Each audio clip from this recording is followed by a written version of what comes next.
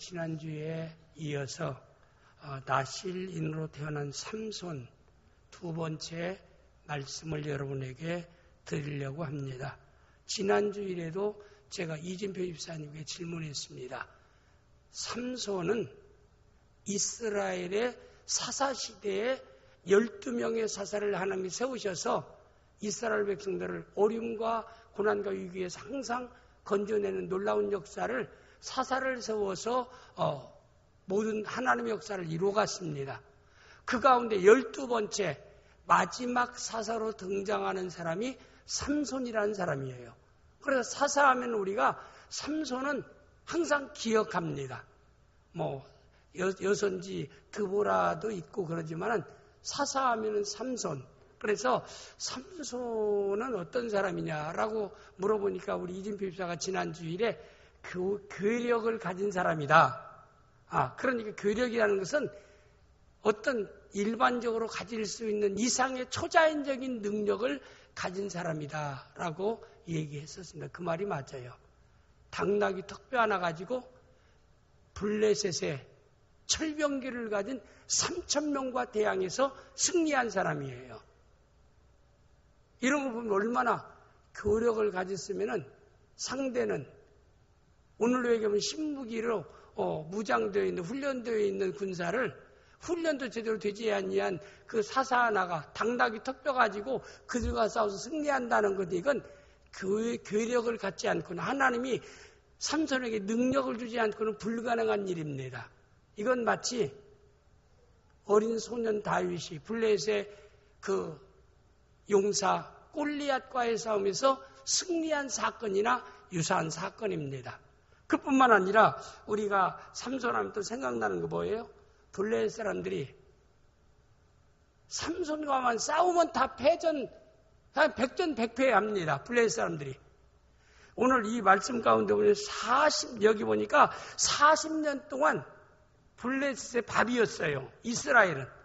그래가지고 이들이 블레셋의 왕정의 속국으로서 블레셋의 말하는 대로 정책대로 다 순종하고 따라오는데 어느 날 갑자기 우리는 하나님 백성이고 너희들은 우리에게 자유를 줘야 된다라고 외치면서 나타난 어떤 한 사람의 사사, 여기는 삼손이라는 사람 한 사람이 들고 일어나니까 무력을 통해서 그를 제압하려고 하다가 100번 싸우면 100번 블레셋 사람이 집니다. 도저히 이를 이길 수 있는 길은 없겠다라고 생각해서 블레셋 사람들이 그 비밀을 알고자 했어요. 그래서 삼손을 통해서 비밀을 알기 위해서는 어떤 작전을 쓰면 되겠는가라고 블레셋 사람들이 생각하고 그들이 그 작전에 대한 어떤 하나의 방책을 마련했는데 그게 고명희 권사님 어떤 거였었어요? 블레셋 사람이? 삼손 얘기 안 들어봤어요? 백장장은 어떤 정책이었어요? 여자, 미인계. 참, 남자에게 약한 것은 여자. 세계를 지배하는 것은 남자, 세계를 지배하는 남자를 지배할 수 있는 것은 여자다. 이런 얘기를 일반적으로 하는 것처럼 젊은 삼손. 그래서 우리 남자들이요. 참, 어떤 때 보면 참 그래요. 여자에게는 약해요. 그래가지고 미인계를 쓰는 거예요. 블레셋의 가장 예쁜 여기 드릴라라고 하는 미모의 여인. 나이는 몇 살인가는 몰라도 가장 아름다움을 뽐낼 수 있을 때 그 미인계를 써서 삼손을 유혹했습니다. 사람은 참 나약한 점이 있잖아요. 그렇게 큰 용사가 미인계 앞에서는 무너지기 시작합니다. 그래서 결국에는 하나님이 허락한 나실인으로서 주시는 하나님 주신 교력과 능력에 대한 비밀을 결국에는 말하고 말아요. 드릴라라는 블레셋 여인에게 말하고 맙니다. 우리가 잘 알죠. 머리에 나실인은 삭도를 대서는 안 된다는 거예요. 하나님이 약속했어요. 삭도를 대는 순간 하나님의 능력이 그게 떠나간다라고 이미 약속해서 삼손의 부모도 알고 삼손 자신도 알아요. 하나님의 능력은 내 머리라는 상징을 통해서 사실 하나님이 에덴 동산에서 선악과라는 나무의 열매에 혈액이 있는 게 아니에요. 무슨 죄를 가져오는 어떤 독소가 서가나고 열매에 있는 게 아니에요. 하나님의 약속입니다. 하나님의 말씀이에요. 하나님이 따먹지 말라면 하나의 나무 실과를 쟁여놓고 따먹지 말라면 안 따먹어요. 순종해야 됩니다. 그런 거 마찬가지로 하나님께서 나실린으로서 내 머리에 삭도를 대지 말라. 그러면 하나님의 능력이 이 말이에요. 그러나 삭도를 낸 순간 하나님의 능력이 거기서 떠나가리라. 그런 약속이 있습니다. 하나님의 약속이. 근데 그 약속은 비밀입니다. 누구에도 밝혀서는 안 돼요. 그런데 그 비밀을 미인계에 걸려든 삼손은 얘기하고 말았잖아요. 그 결국에는 잠자는 사이에 데릴라의 품에서 잠자는 삼손은 머리를 다 깎아버렸어요. 삭도. 하나님의 약속의 말씀을 완전히 파기시켜버린 겁니다. 깎아놓고 보니까 이건 괴력이 다 똑같은 평범한 사람이 어떻게 했어요? 꽁꽁 묶여가지고 블레셋의 포로로 잡혀가서 여기는 두 눈을 빼임당합니다. 빼임당하고 나서 큰 잔치하는데 소들이 돌리는 그 수레를 안에서 있는 물수레를 소가 돌리는 것을 삼손이 어깨에 메고 그 수레를 돌리는 그런 처참한 삼손, 평범한 처참한 삼손으로 전락하게 됩니다. 참 너무 안타깝지요. 이런 걸 보면 모든 것이 하나님의 은혜다. 삼손이 자만했던 겁니다. 하나님의 약속을 던져버렸어요. 따먹지 말라면 에덴도에 따먹지 않아야 되는데 따먹은 하나님의 불순종. 그러니까 하나님의 에덴에서 너는 선악과를 따먹는 정령 죽으리라. 영적 사망, 육체적 사망, 영원한 사망이 아담에게 그 후손들에게 다 전가된 죄의 엄청난 결과가 우리에게 주어진 거예요. 그래서 일반적으로 우리가 참 조상 탓이라는 말이 틀림없이 맞아요. 우리가 죄를 보면서 죄 있는 거 아니잖아요. 세 가지 사망이 죄 때문에 내가 죄를 보면서 그렇게 된 게 아닙니다. 우리 조상 인류의 대표자 아담이 범죄한 것이 우리에게 그대로 전가되는 거예요. 그래서 시편에서도 죄악 가운데 잉태되었고 죄악 가운데 이미 태중에 내 죄악한 세상에 태어났다고 다시 고백한 대로 아담 한 사람이 대표적인 원리에서 그가 범죄함으로 인간에게 사망이 왔던 것입니다. 하나님의 약속이 그렇게 중요해요. 하나님은 신실하신 분입니다. 인격적인 분입니다. 약속하신 것은 반드시 이루시는 하나님이에요. 성경의 약속 안 이루어진 게 하나도 있습니까? 우리에게는 하나님 은혜 가운데 자유의지의 선택이 있어요. 선택에 대한 책임을 우리에게 지우게 합니다. 하나님의 뜻은 에덴 동산 선악과를 따먹지 않는 거, 말씀에 순종하는 거예요. 근데 따먹지 말라는 것은 따먹을 수 있는 자유의지도 있다는 겁니다. 오늘도 우리가 하나님 말씀에 순종할 수 있는 선택과 의지의 결정과 행동도 내가 할 수도 있고 순종할 수도 있어요. 거역할 수도 순종할 수 있고요. 그건 내 몫이에요. 어떤 사람은 불순종하고 이것도 하나님의 섭리라고. 결코 하나님의 섭리는 불순종하는 하나님의 섭리가 하나님의 뜻이 아닙니다. 욕심에 의했던 마귀의 유혹을 받았던 불순종은 하나님이 원하는 바가 아니에요. 그런데도 하나님은 언제나 우리의 인간 기계로 사람을 만들지 않고 자유의지적인 결정과 선택권을 우리에게 주셨다는 거예요. 이렇게 우리를 존중해요. 그리고 우리도 선택할 수 없는 하나님의 특별한 은혜를 여러분과 저에게 주셨어요. 그건 인간이 어떻게 선택할 수 없는 거예요. 인간이 어떻게 바꿀 수 없는 그 은혜를 여러분과 저에게, 그걸 특별한 은혜, 특별 은총이라고 얘기해요. 그건 뭐예요? 구원으로 나를 선택하시고 정한 때에 나를 불러주셔서 하나님의 자녀로 세워주었다는 것은 이건 불강력적인 하나님의 은혜, 신학적인 용어로 불강력적인 하나님의 은혜, 거부할 수 없는 은혜, 바꿀 수 없는 하나님의 은혜. 여러분과 저는 하나님의 은혜로 하나님의 자녀가 되고 천국 백성 되어진 줄을 믿습니다. 천국을 우리의 것으로 소유하게 된 줄을 믿습니다. 이건 아무도 바꿀 수가 없어요. 이건 아무도 바꿀 수 없는 겁니다. 너무나 귀한 것을 우리 선택사항에 하나님이 안 줬어요. 하나님이 하셨어요. 근데 그 놀라운 구원의 완전히 내가 섰다는 거 여러분 감사하지 않아요? 저는 이거 생각하다 자다가 되면서 하나님 감사합니다 그랬어요. 지금도 그래요. 내 생각이나 내 행동으로 보면 나는 천국 못 갈 사람이에요. 목사님 얼마나 죄가 많기를 저런 고백을 하는가. 몰라요. 여러분은 다 성자인지는 모르겠는데 어떤 때는 참 미운 놈은 미울게 보여요. 안 미워해야 하는데 성경이 미워하는 건 살인자라고 저는 미운 놈은 밉게 보여요. 그건 제 혼자만 간지하고 있으면 좋은데 어때 너무 막 답답하면 우리 사모한테 그래요. 여보, 저놈은 왜 이렇게 미운지 모르겠다라고. 오직 하면 사실 고백하면 너무나 힘들고 미웃게 하니까 하나님 저 사람도 예수는 믿으니까 천국 갈 게 아닙니까?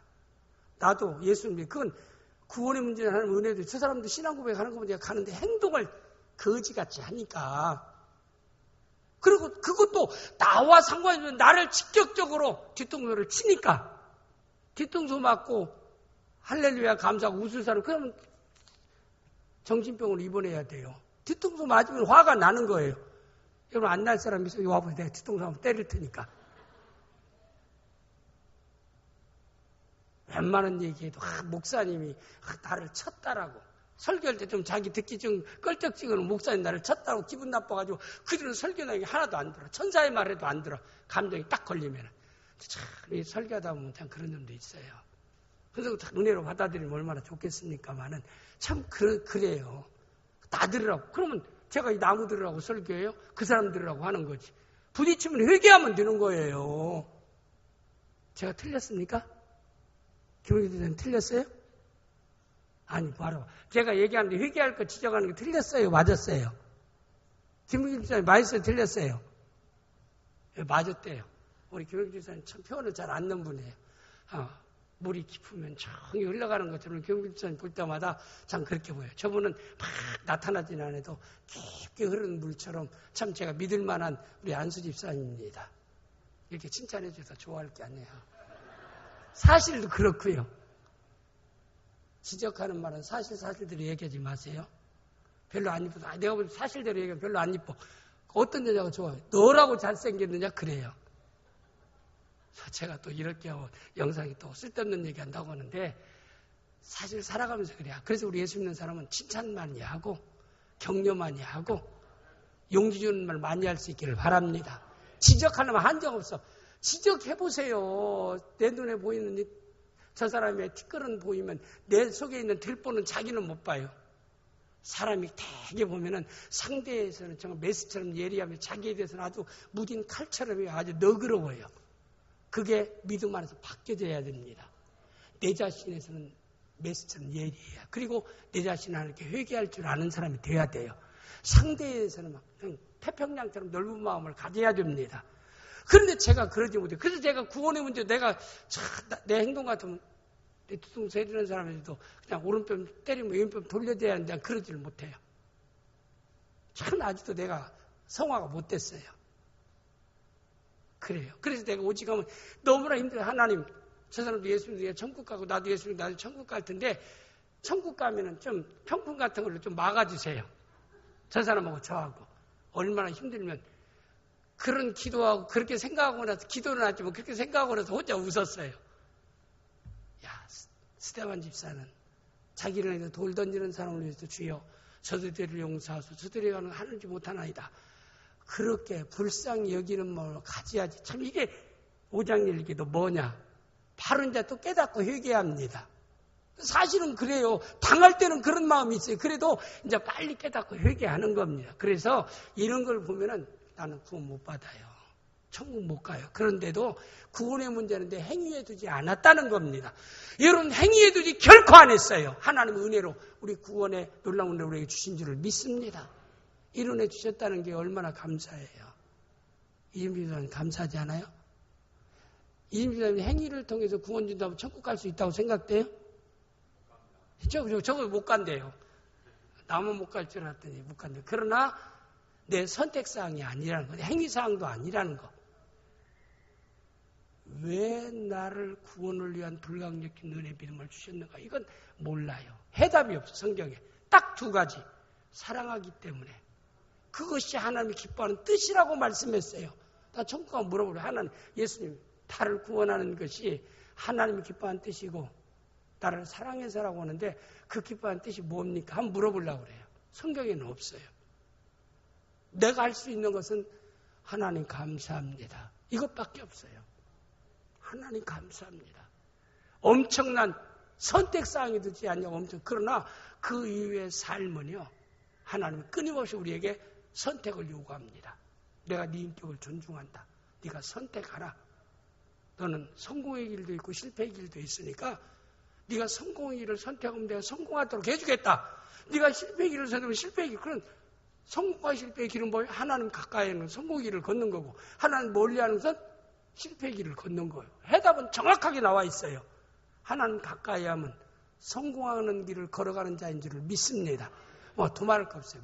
내가 하나님 가까이 하는 삶을 살고 하나님 가까이 나가면 나는 벌써 성공의 길을 걷고 있는 거예요. 그러나 하나님 멀어지는 삶을 살아가는 거, 하나님을 멀리하는 삶을 살아가는 것은 그건 벌써 아무리 잘 되는 것 같아도 실패의 길을 걷게 되는 것이라 이 말입니다. 그 선택은 누구에게 있어요? 나에게 있어요.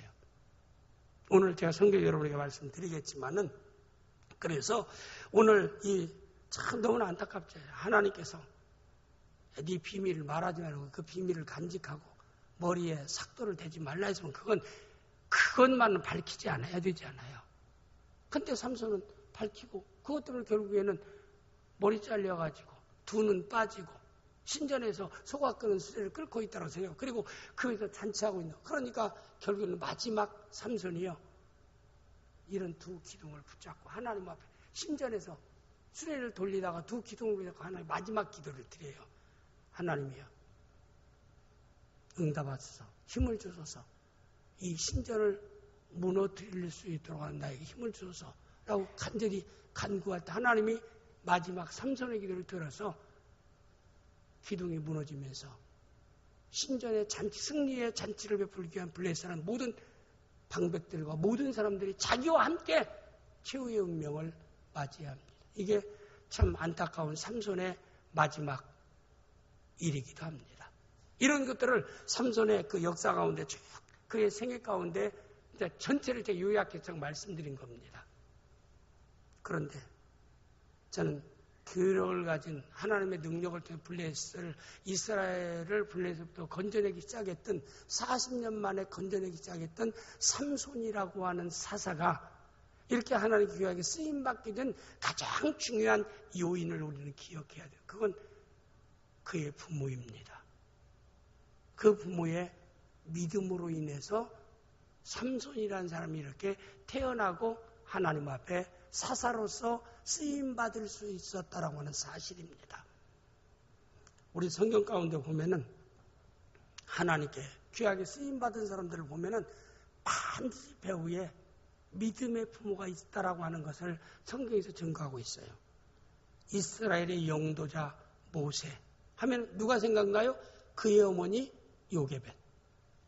그리고 또 우리가 너무나 잘 아는 대로 그 하나님의 선지자로서 귀하게 쓰임받았던 제사장과 선지자로 쓰임받았던 훌륭한 사무엘이라는 훌륭한 선지자와 제사장이 있는데 그 배후에 누가 있었어요? 한나라고 하는 믿음의 어머니가 있었어요. 바울 사도에게 존귀한 동역자로 쓰임받는 훌륭한 디모데에게는 그의 외조모 로이스가 있었고 그의 어머니 유니게가 있었습니다. 기독교 역사 가운데서도 우리가 어거스틴이라는 중세기 신학자의 그 훌륭한 성자의 배에 누가 있어요? 눈물의 기도, 믿음의 사람 모니카라고 하는 사람이 있었던 것입니다. 이렇게 성경 가운데 하나님께 정말 훌륭하게 쓰임받은 사람들의 배후에는 항상 그의 가족이 있었다는 사실입니다. 저는 오늘 이 말씀을 보면서도 오늘의 사사기 13장 1절에서 7절까지의 말씀의 핵심은 뭐냐면 삼손 사사에 대한 이야기가 아니에요. 그의 부모에 대한 이야기를 담고 있습니다. 그러면 삼손의 부모는 어떤 사람이었는가? 제가 아까 얘기했죠? 믿음의 사람이었다는 거. 저 이걸 보면서 자녀는 상급이요, 장녀는 면류관이요, 자녀는 기쁨이라. 잠언에서 우리에게 말씀한 말씀이죠. 저는 우리 낙원교회 성도들의 자녀가 여러분의 상급되어지기를 바랍니다. 기쁨이 될 수 있기를 바랍니다. 기업이 될 수 있기를 바랍니다. 그걸 바라려면은, 성취되려면은 무슨 책임이 나에게 있어요? 부모인 내가 믿음의 사람이 되어야 한다라고 하는 것을 놓쳐서는 안 된다는 사실입니다. 눈물을 흘리며 씨를 뿌리러 나가는 자는 기쁨으로 단을 거두리라. 눈물을 흘리며 씨를 뿌리지 않고 좋은 결실을 기대하는 그런 결실케 하는 하나님이 심지 않는 데서 거두게 하시는 하나님이 아닙니다. 하나님을 너희는 만물의 여김을 받지 않는다. 심지 않는 데서 거두고 해치지 않는 데서 모르는 줄 너희가 하나님을 잘못 생각하고 있구나. 기억해야 돼요. 땀을 흘리는 심는 수고가 있어야 기쁨의 결실의 결과가 주어진다는 사실입니다. 여러분 자녀가 상급되기를 원하십니까? 기업 되기를 원하십니까? 기쁨 되기를 원하십니까? 면류관 되기를 원하십니까? 부모인 내가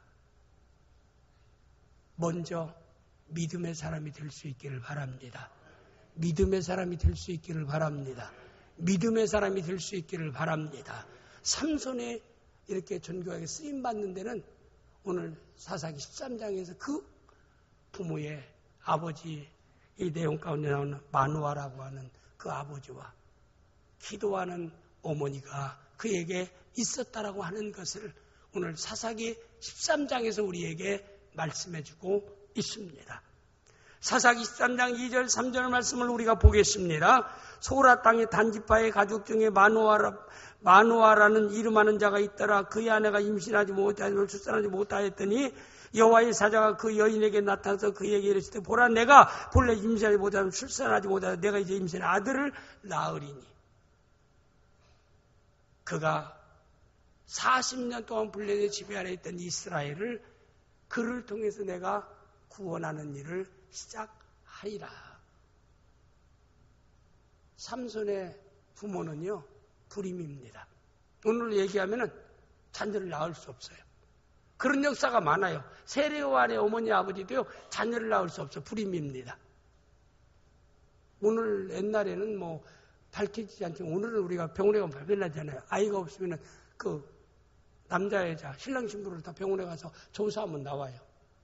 불임의 원인이 나옵니다. 근데 어떤 사람은 정상인데도 자녀를 낳지 못하기도 하지만 불임 원인 때문에 자녀를 낳지 못하고 또 젊은 남자들이 컴퓨터 생활을 많이 해서 정자의 개체수가 적어져서 아이를 낳지 못하는 그런 일도 있고 여러 가지 과학적으로 증명되지만은 삼손의 어머니 아버지도 자녀를 낳지 못하는 불임인 거예요. 낳을 수가 없는 겁니다. 그런데 하나님이 기적적으로 하나님이 약속한 하나님은 전능자입니다. 하나님께서 믿음의 사람인 삼손의 어머니 아버지를 보시고 인간적으로 불임이고 자녀를 가질 수 없는 그들에게 자녀를 낳는 기적이 놀라운 역사를 하나님이 약속하시는 겁니다. 근데 그 약속을 아멘 했어요. 그리고 하나님의 음성을 들었어요. 그 어머니가 기도하면서 하나님의 약속의 음성을 들을 수 있었다는 거.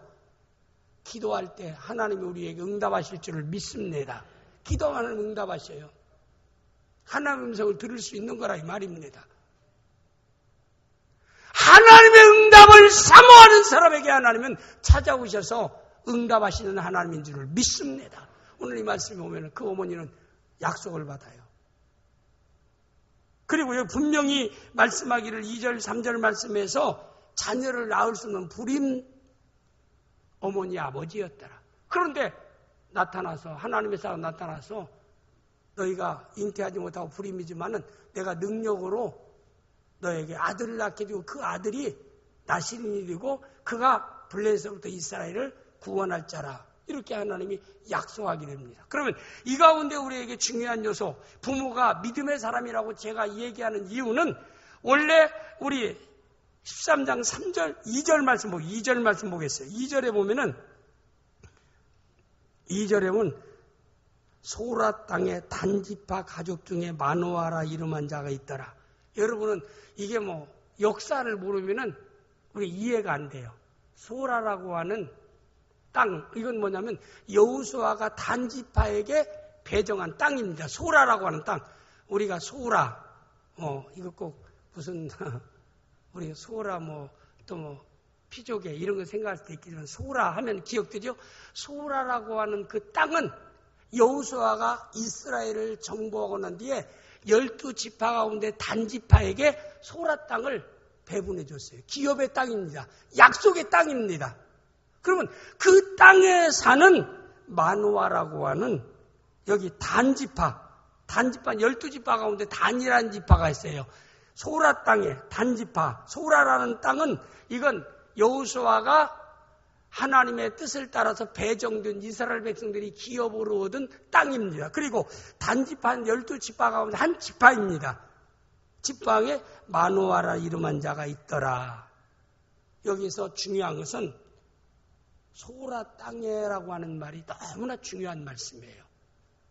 여기에 삼손의 부모의 믿음이 증거되는 중요한 단서가 있는 말씀의 내용이 두 가지로 그 믿음을 알 수 있는데, 첫째는 원래 이 블레셋이 이스라엘을 40년 동안 정복하고 이스라엘을 다스리면서 제가 지난주에 얘기했지요. 이들은 화해 정책을 세웠다라고요. 그들의 경제력을 어느 정도로 인정해주고 그리고 그들을 굉장히 존중해주면서 이스라엘 땅을 여호수아가 배분한 땅에 머물러 있게 하지 않아요. 그를 흐트러뜨립니다. 이주 정책을 쓰는 거예요. 그래서 블레셋의 많은 그 다음에 철기 문화와 그 굉장히 군사력을 가져서 군사력과 경제력이 통합된 상태에서 많은 땅을 지배해서 이스라엘 땅이 똘똘 뭉쳐있으니까 이들을 이주 정책을 펴는 거예요. 경제 정책과 이주 정책을 펴면서 이사하면 예를 들어서 막 엄청난 지원을 해주는 거예요. 목적은 뭐냐면은 하나님 믿는 이스라엘 백성들이 단결하고 있으면은 굉장히 지배하는 데 어려움이 있겠다고 사탕발림을 통해서 그들을 이주 정책을 짜서 그 단지파를 그 당시 블레셋이 지배하는 북쪽 나기스라는 지역으로 단지파를 다 이주를 시켰어요. 단지파에 사는 것보다도 북쪽에 있는 나기스 블레셋이 지배하는 그 땅으로 너희들이 옮겨가면은 혜택을 많이 주고 경제적으로 넉넉하게 잘 살게 하리라. 그러니까 많은 단지파 사람들이요, 여기 여호수아를 통해서 주어진 소라라고 하는 그 땅을 그냥 버려버리고 나기스라는 북쪽 블레셋이 지배하는 땅으로 다 이주해 갔어요. 그런데도 삼손의 어머니 아버지는 하나님께서 우리에게 여호수아를 통해서 영도 여호수아를 통해서 주어진 이 분배된 땅인데 이 땅에서 하나님이 복 주시겠다라고 약속했는데 떠날 수 없다. 그리고 어디에 보면은 다 그런 사람이 있어요. 세상적으로 유익도 경제 유익된다 할지라도 믿음을 때로는 저버리는 일 같으면 하나님은 내가 이 약속의 땅에 너에게 복을 주리라 그랬어요. 그런데 그 약속을 믿는 거예요. 현재 어려워도, 현재 힘들어도 하나님이 허락한 땅에서 내가 여기서 하나님의 복을 받으리라. 현재는 내가 어렵게 살아도 이 땅에서 하나님 나에게 복을 주시리라는 믿음과 기대를 삼손의 어머니 아버지, 마누아라는 아버지와 그 기도하는 어머니가 그걸 수용하고 북쪽 나기스라는 블레셋 사람들이 지배할 블레셋 사람들이 기묘한 거예요. 위하는 것 같지만 이스라엘을 완전히 혼혈민족, 혼합민족으로 해서 결혼도 우리 아들 너에게 주고 우리 딸을 너에게 주래도 이스라엘 사람은 이방인과는 결혼하지 않을 때 혼혈민족을 다윗까지 혼혈민족을 이루어가 이건 하나님이 정한 법을 그 당시 어기는 거였습니다. 말씀을 불순종하는 거였어요. 그런 정책을 펴니까 많은 이스라엘 사람들이 삶을 윤택하고 쉽고 평화롭게 살기 위해서 편리를 위해서 그 정책을 다 받아들여요. 그래서 다 그들이 단 모든 지파가 여기 얘기는 북쪽 지역 나기스라는 그 블레셋 인도하는 북쪽 지역으로 다 이주했는데 거기에 삼손의 아버지 여기 나와 있는 마누아와 그 기도의 어머니는 그 지역을 떠나지 아니했더라. 이유는 뭐예요? 하나님이 허락한 땅이니까 하나님이 복을 약속한 땅이니까 그 땅을 떠나지 아니하리라. 믿음이 아니면 선택하기 어려운 것입니다. 성경도 우리가 보면은요, 그런 말씀이 룻기에 보면은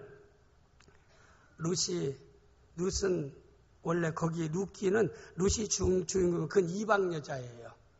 그의 근원은 베들레헴에 살고 있는 유다 베들레헴에 살고 있는 엘리멜렉이라고 하는 하나님 백성이 원래는 주인공이에요. 그런데 주인공은 사라지고 이방 여인이 주인공의 자리에 올라간 것이 룻기는 이방 여자예요.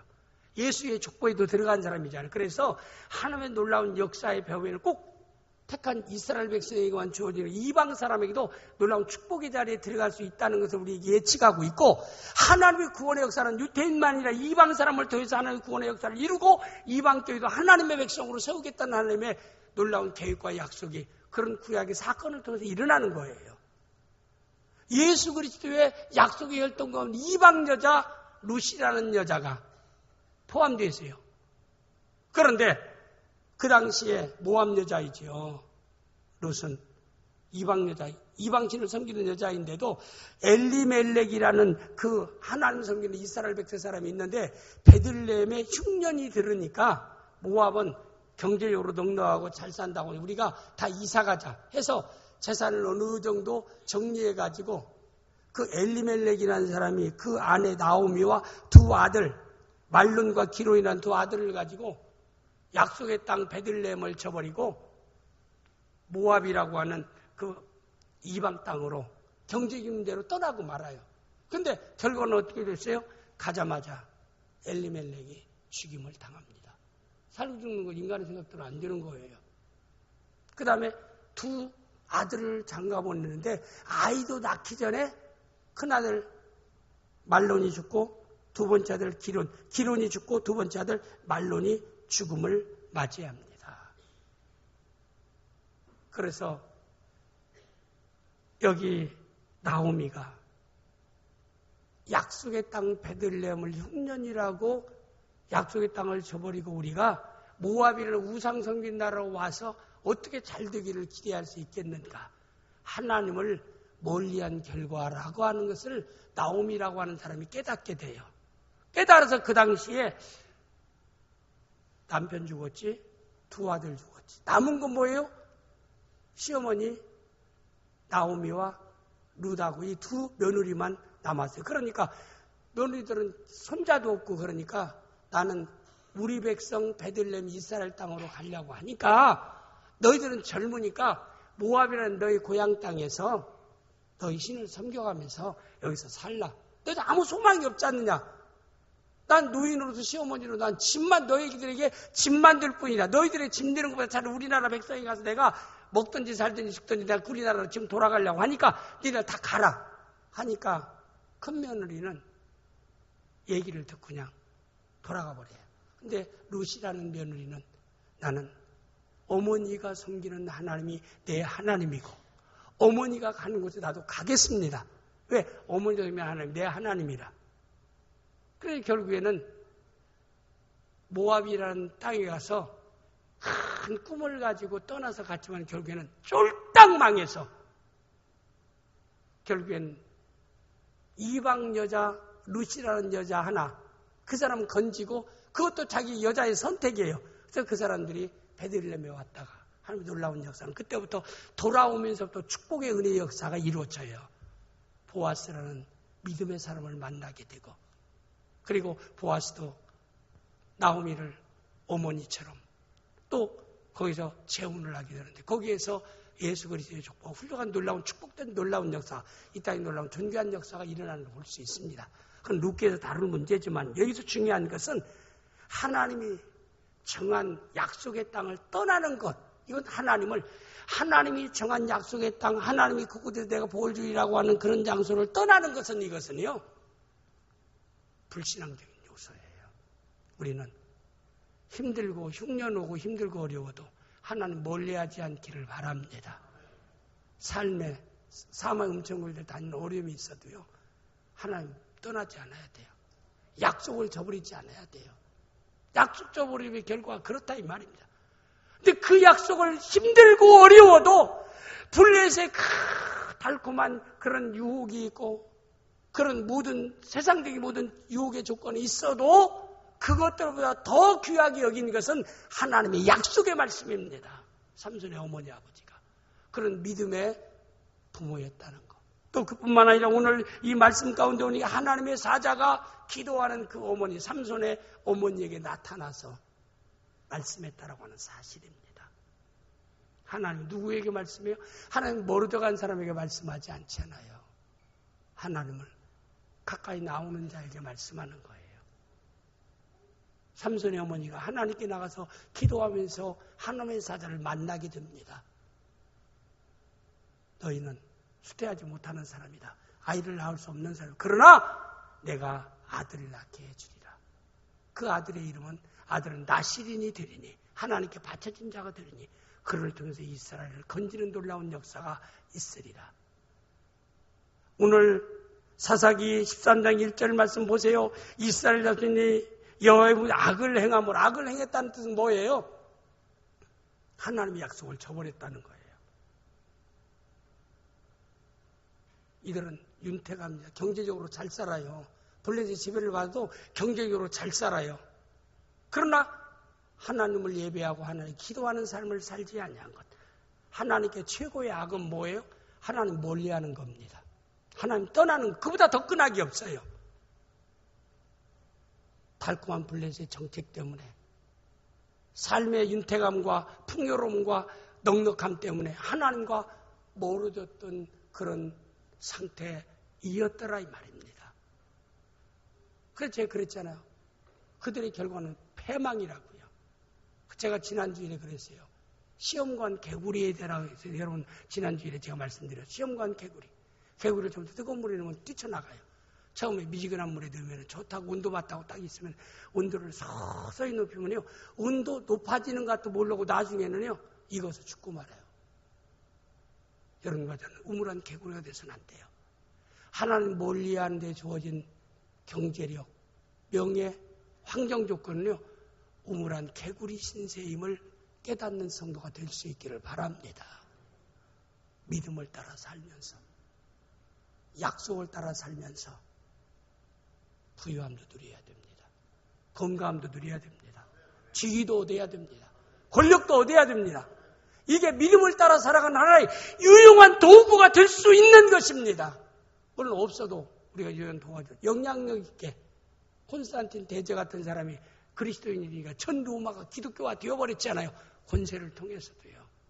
기왕에 우리가 전도의 영향도 마찬가지요. 어느 회사의 회장이나 사장이 예수 믿으라고 다 얘기하면요.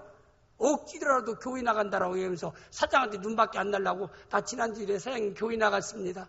교회에서 이제 집사 됐어요. 아 그러는 자고 그러면은 누구나 교회 나가요. 그러다 보면 나가서 말씀 듣다 믿으면 들으면 그리스도 말씀으로 말합니다. 그러니까 안 믿는 남편 집에 놔두고 아무리 주여 우리 남편 예수 믿게 하죠 100번 정도는 안 돼. 안 나오는 염소 머리에 이 목에다가 끈을 달아서 끌고라도 교회에 와서 하여튼 사토하는 하든지 당나귀 이런 당근을 먹이서라도 그냥 남편 끌고 오고 자식 끌고 와요. 와서 앉혀만 놔요. 말씀만 듣게 해요. 누가 역사해요? 들어야만이 성령이 역사할 게 아니에요. 집에 놔두면 안 된다 이 말입니다. 그러니까 가족 전도하기를 원하면 위해서 기도하고 예배에 참석시킬 수 있기를 바랍니다. 그래야 돼요. 처음부터 막 믿음 좋아서 교회 나와서 신앙생활하는 사람 없어요. 억지로 나오다가 우리 교회 어느 집사님도요. 여기 지금 앉아있지만 저한테 전화해서 우리 부인이요. 신앙은 좋은 것 같지만요. 집에서요. 막 그러면서 얼마나 불평을 많이 하는가 몰라요. 그러다가 지금은 이제 교회 집사 되고 참 교회 학교 교사가 되어서 좀 충성 원신하는 걸 보고 이런 거 볼 때마다 참 그분 보면 제가 은혜 받아요. 지금 이 자리에 앉아있는데 꼭 누구라고 말하지는 않아요. 다른 거 없어요. 와서 말씀 들으면은 성령이 역사하십니다. 와서 듣게 해야 돼요. 여러분이 아무리 언변이 좋아도요. 성령이 역사해야 합니다. 데려오는 것까지는 우리가 말하기에 당근 가지고 오게 할 수는 있지만은 예수를 구주로 고백할 수 있는 것은 성령의 역사인데 성령의 역사는 누구에게 듣는 자에게 역사할 줄을 믿습니다. 이게 중요한 거예요. 그래서 오늘 이 말씀대로 여기 삼손의 어머니 아버지 보세요. 약속 붙잡고 여러 가지 좋은 블레셋, 좋은 정책을 통해서 여기 모든 단 사람들이 다 미국으로 이민 간 길 열을 때 미국 가서 잘 살자고 미국 가서 예수 안 믿으면 무슨 쓸데있느냐 이 말입니다. 가서도 잘 믿어. 그러나 하나님의 약속의 땅입니다. 내가 이곳에서 내가 너에게 복을 주리라. 이미 약속한 땅이 이미 성경에 있는 그 말씀대로 오늘 말씀대로 약속한 땅이 이미 소라 땅이에요. 끝까지 어려워도 붙잡고 있을 때 하나님께서 그에게 아이를 갖지 못한데도 아이를 갖게 하고 블레셋 이스라엘을 해방시키고 구원시키는 위대한 영도자를 하나님 그에게 선물로 주었어요. 그리고 그에게는 아이를 낳지 못하는 사람인데도 기적을 체험케 하신 겁니다. 불가능하게 보이는 것도요. 하나님 가능케 하시는 하나님인 줄을 믿습니다. 환경이 중요한 게 아니에요. 조건이 중요한 게 아니에요. 하나님이 역사하면 안 될 것도 되는 역사가 있는 줄을 믿습니다. 도저히 저건 안 돼. 그래도 되는 놀라운 역사예요. 누가 역사하시면요? 하나님이 역사하면. 하나님 누구의 역사예요? 믿음의 사람에게 역사한다. 그리고 다른 사람들은 멀리하고 세상 시험관 개구리처럼 살아가고 파멸하면서도 그 사실을 모르면서 안타깝게 사는 사람들이 아니라 하나님께 나와서 눈물로 기도하는 거예요. 그런 삼손의 어머니에게 하나님께서 나라야 너 잉태하지 못하지. 그러나 내가 잉태하여 아들을 낳으리라. 그는 나시린이 되리라. 그리고 블레셋부터 그를 건져내리라. 이렇게 말씀했습니다. 저는 성경 계시록 2장 3장에 보면은 7교회에 대해서 말씀드려요. 에베소 교회를 향해서, 소모나 교회를 향해서, 버가모 교회를 향해서, 두아디라 교회를 향해서, 사대 교회를 향해서, 빌라델피아 교회를 향해서, 라우디게아 교회를 향해서 이렇게 7개 교회의 말씀, 7개 교회는 오늘 현재 7개 교회를 얘기하고 있습니다. 거기 가운데 보니까 칭찬만 받았던 교회가 있고, 칭찬받고 책망받은 교회가 있고, 책망만 받았던 교회가 있어요. 우리 나온 교회는 칭찬만 받는 교회가 되어질 수 있기를 주님의 축복합니다. 빌라델피아나 서문학교회 같은 데는 책망한 게 없어요. 칭찬만 했어요. 사대교회 같은 데는 칭찬 하나도 없고 책망만 받았어요. 오늘 한국교회에도 세 종류예요. 칭찬받고 책망받는 교회. 책망만 받는 교회, 그 다음에 칭찬만 받는 교회.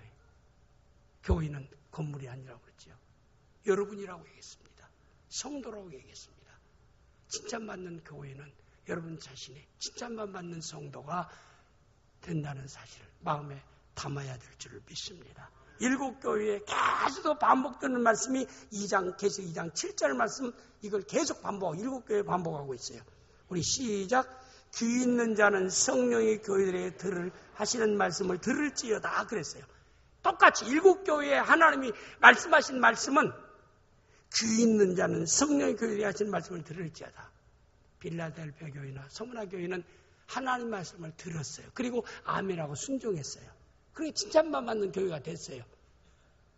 그러니까 먼저요, 믿음의 삶은 듣는 귀가 열려야 될 줄을 믿습니다.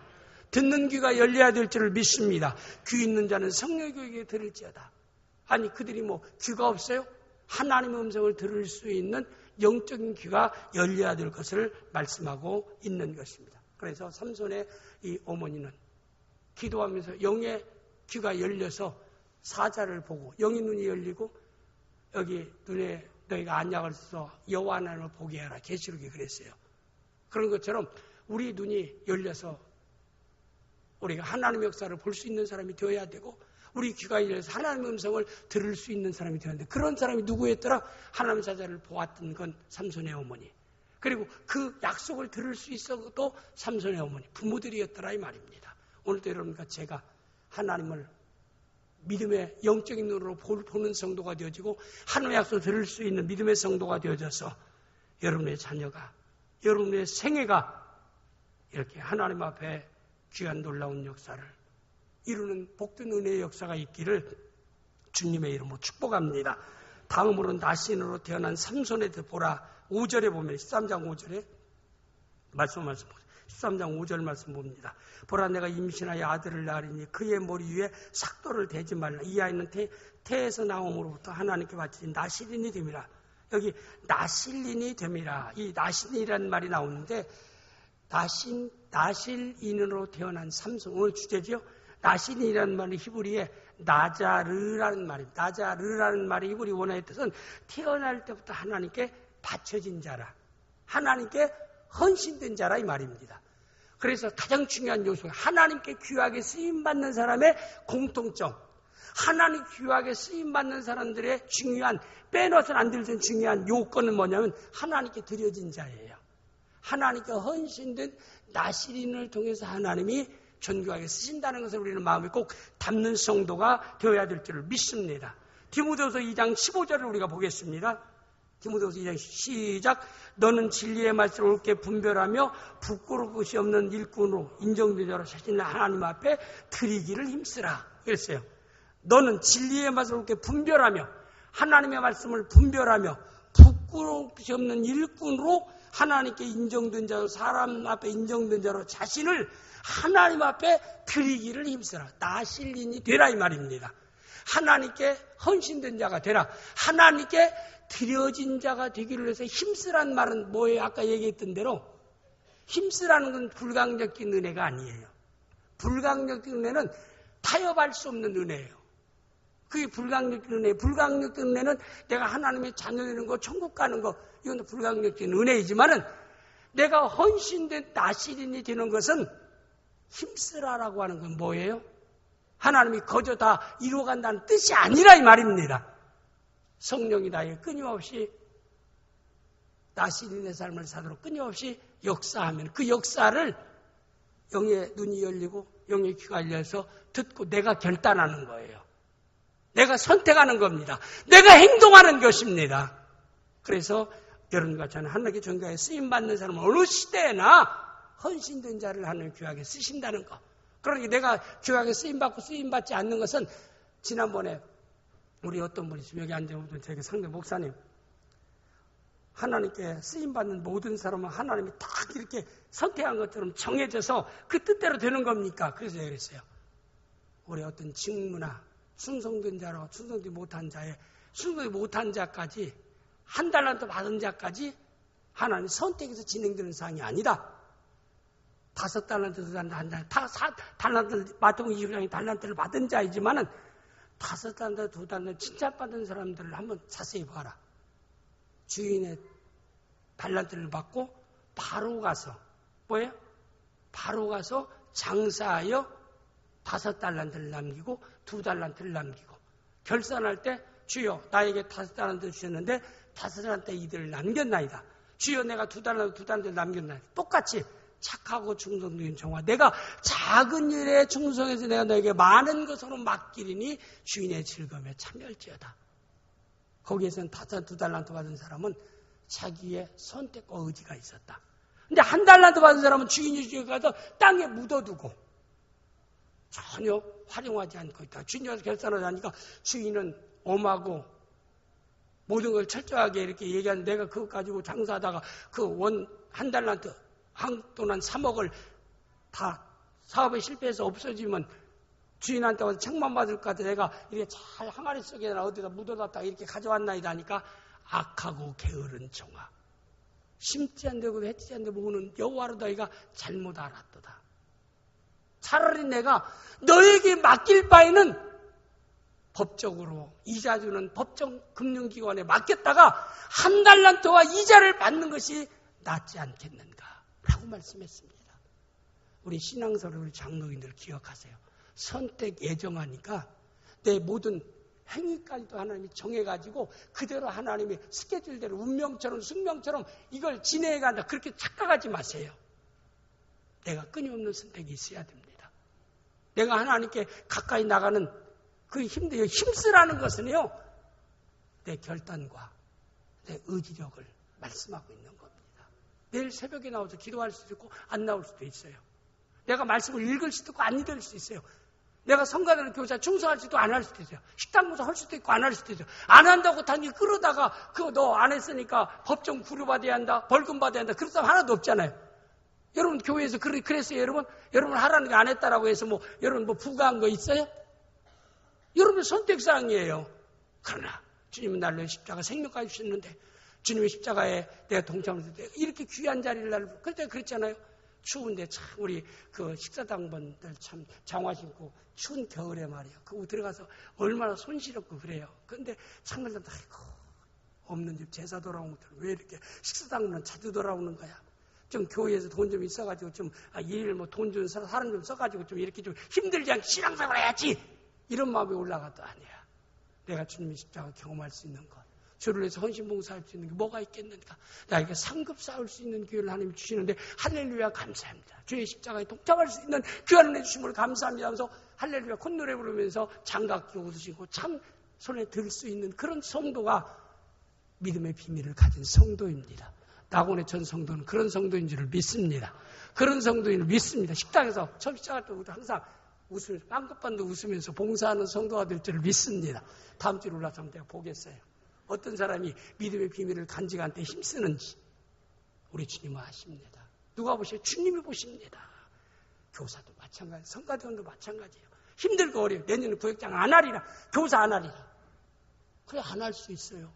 안 할 수 있어요. 한 달란트 받은 자 같이 될 수 있어요. 그럼 우리 그래서는 안 돼요. 그래서는 안 됩니다. 그래서는 안 된다 이 말입니다. 바로 깨닫는 자가 돼야 돼. 분별할 수 있는 자가 되어야 합니다. 디모데서에 있는데 너희가 분별하라. 오늘 주님께 드리기를 위해서 헌신된 자 되기를 네가 힘쓰라고 말씀했습니다. 하나님께 삼손을 귀하게 쓰인 것은 나신으로 헌신 다윗들을 귀하게 쓰였다라고 말씀했습니다.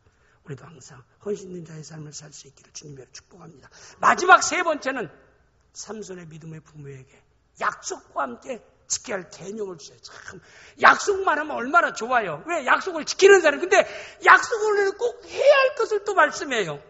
하나님께서 야 너 가만히 누워있어. 내가 결실을 많이 내가 너에게 주리라. 성경에 그런 말씀 없잖아요. 눈물을 흘리며 씨를 뿌리는 수고가 있을 때에 기쁨으로 단을 거두는 결과를 주리라. 꼭 하나님이 아니 나 눈물을 흘리며 씨를 뿌리는 거 내가 안 할 테니까요. 결실만 주세요. 지난번에 외국 그 텔레비에 보니까 어린이 그 동화에 대해서 나오는 게 있어요. 어떤 사람이 힘센 사람이 농장에 가서 이 사람이 농사지어서 잘 되니까 이 사람이 가서 나도 여기에 참여할 수 있게 해달라고 그래요. 그 얘기예요. 보니까 뿌리를 통해서 얻어지는 그 모든 수확기가 있어요. 그래서 그럼 같이 감자나 고구마나 이런 거 필요한 걸 그래서 열심히 심는데 와서 가을에 와서 거둘 때만 보고 수학에 욕심 가지고 이 사람이 그 사람한테 와서 나도 참여시켜달라고 그래요. 그래서 다 계약서를 썼어요. 그런데 와서 일할 때가 되니까 전혀 참여를 안 해요. 근데 약속을 했으니까 줘야 되잖아요. 그러니까 이 농부가 뭐냐면 분명히 뿌리에 대한 결실 뿌리에 대한 결과를 주라고 계약서를 썼어요. 그러니까 이 사람이 뿌리에 대한 것을 심었다가는 이 사람들이 반질반질 뺏기게 생기니까 이번에는 열매를 거두는 옥수수 예를 들어 그런 것을 심었어요. 이 사람은 가을만 되면 나는 이제 가서 계약대로 나는 가서 수고를 안 했어도 이제 계약서가 있으니까 계약대로 내가 결실할 때 딱 나타나서 내가 그걸 받으리라 생각하고 콘도를 부르면서 겨울에 이제 가져가려고 짐을 가지고 가져가서 이제 마차를 가지고 가요. 그래서 계약서를 내면서 계약대로 이번 추수 때는 나에게 반번 줘야 한다. 뿌리에 거두는 열매를 나에게 줘야 한다.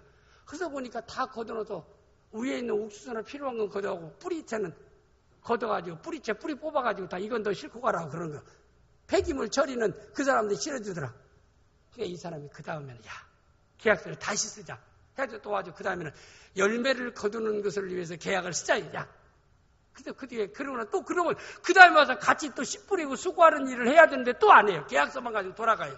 와서 좀 같이 일합시다. 나 앉는다라고. 근데 계약서는 있어. 이거 가지고 내가 올가을에 가서 내가 많은 결실을 얻을. 이번에는 이제 이 동부가 어떻게 했어요? 이제는 뿌리에 수확하는 그 곡식을 거기다 또 심었어요. 그러니까 뿌리, 감자나 이런 거 줄기 뭐 그거 다 못 쓰는 거 아니에요. 그래서 가을에 와서 이제 콧노래 부르면서 수대가지고 또 반반으로 가서 그래. 딱 와서 이번에 결실하면은 내가 반절을 주겠습니다. 계약서대로 지병하시 바랍니다. 그래서 보니까 감자나 뿌리에 대한 건 다 주인이 가져오고 자기는 뭐예요? 시들어 빠진 줄기만 가져가게 되더라. 그게 이제 외국 동화에서 이제 텔레비에서 하는 걸 봤어요. 그래서 수고 없는 결과는 없다 이 말입니다. 우리 하나님은 수고를 해야 돼. 오늘 이렇게 하나님께서 말씀한 기회에 오늘 여기서 보세요. 우리 13장 14절 한번 보겠습니다. 13장 14절. 제가 얘기한 그대로입니다. 14절 시작. 포도나무의 선을 먹지 말며 포도주와 독주를 마시며 어떤 부장도 먹지 말며 내가 그에게 명령은 다 지킬 것이니라. 하나님의 명령을 지킨다는 게 쉬워요, 어려워요? 백정인들 하나님의 말씀대로 지킨다는 게 쉬워요, 어려워요? 지키는 건 어려운 거야, 다. 지킨다는 건 어려운 거예요. 좋은 것 심고 수고하는 거요. 그만큼 정성을 쏟아야 되고 투자를 해야 됩니다. 수고하지 않고 좋은 결실을 얻을 수 없잖아요. 마찬가지입니다. 이 내용 가운데 보면 명령한 것은 다 지킬지니라. 내가 너에게 나실인의 아들을 주면 그 나실인도 이스라엘에서 그를 건져낸 사람이 되리라. 하나님의 약속. 그러면 그것만 했으면 좋은데 왜 조건을 꼭 주느냐 이 말입니다. 네 자신부터 자녀들까지 독주와 포도주를 입에 대지 말고 부정한 것은 만지도 먹지도 말고 머리는 삭도를 대지 말라. 이건 너도 지키고 네 선물로 주신 다시 일어난 아들도 지키게 할지니라. 그런 것들이 힘들고 어려운 조건들이에요. 하나님 우리에게 복을 약속하시면서 우리에게 지켜야 할 말씀들이 다 있어요. 언제나 믿음의 결과를 보세요. 좋은 결과를 이루기 위한 원인과 과정이 힘들고 어려운 수고의 원인. 그래서 눈물을 흘리며 씨를 뿌리러 나가는 자는 이건 하나님의 명령이에요. 네가 뿌려라. 수고하라. 내가 너에게 결실의 기쁨을 주리라. 근데 많은 사람들은 눈물로 씨를 뿌리는 수고는 안 하려고. 하나님 저건 내가 안 하고요. 가운데 그 결실만 나에게 주시옵소서. 이래서는 안 된다는 것을 오늘 여기서 말씀하고 있다 이 말입니다. 그래서 오늘 말씀 가운데서도 분명히 삼손은 부모에게 복된 약속을 하고 약속을 이행하고 약속을 성취하는데 지켜야 할 계명을 분명히 여기서 주셨다는 사실입니다. 독주를 머리에 삭도를 대지 말라는 것은 뭐예요? 하나님의 약속의 능력이 와서 네가 파기하지 말라. 그 다음에 중요한 건 또 독주나 이런 것들은 뭐예요? 사람이 우리가 먹고 마시는 모든 것 가운데 하나님의 뜻에 거역된 죄악된 것은 너희가 항상 가까이 하지 말라라고 하는 그 하나님의 뜻이 있습니다. 여러분과 제가 하나님 말씀 때로는 힘들고 때로는 어려운 것 같아도 그 말씀에 순종하는 수고가 있을 때에 좋은 결과에 놀라운 역사가 우리에게 주어진다라고 하는 것을 말씀하고 있고, 그리고 삼손의 어머니 아버지가 그 약속을 다 지켰습니다. 지킬 때 그 삼손이 위대한 자로 세워져서 블레셋으로부터 이스라엘을 구원하는 놀라운 위대한 사람으로 세워주셨다는 것을 오늘 사장 13장에서 우리에게 말씀하고 있습니다. 그래서 이 좋은 결론으로 우리 여기서 보면은 우리 오늘 살아가는 여러분과 저는 세상을 따라 살아가는 시험관 개구리가 되어서는 결코 안 됩니다. 힘들고 어려워도 하나님 말씀을 따라 살아가는 성도가 되어야 한다는 것. 하나님 인지하심을 보고 그 음성을 들을 수 있는 영의 눈과 영의 귀가 열려야 되고, 하나님 우리에게 축복의 약속을 이루기 위한 수고하고 애씀의 원인을 항상 마음에 담고 힘들고 어려워도 그 힘들고 어려운 수고와 어려움, 주의 말씀에 순종하는 삶을 살아가는 우리 귀한 나시린의 삶, 하나님께 드리는 헌신의 삶을 살아가는 나원의 귀한 성도들이 되어질 수 있기를 주님의 이름으로 축복합니다. 기도하겠습니다. 아버지 하나님 감사합니다. 오늘 또 나실인으로 태어난 삼손에 대해서 주의 말씀을 전할 수 있게 하심을 감사합니다. 이 말씀을 담게 하소서. 세상을 따라 살아가다가 시험관 개구리와 된 어리석은 성도가 없게 하시고 하나님의 임재를, 하나님의 음성을 들을 수 있는 영의 눈과 그리고 영의 귀를 열어 주시옵소서. 그리고 항상 하나님의 약속에는 우리가 약속을 성취하기는 하나님 말씀에 순종을 요구한다는 사실을 알아서 나시린의 헌신된 삶을 살아가는 우리 나군의 귀한 성도들이 되어지게 하옵소서. 예수님의 이름으로 축복하면서 간절히 기도하옵나이다. 아멘.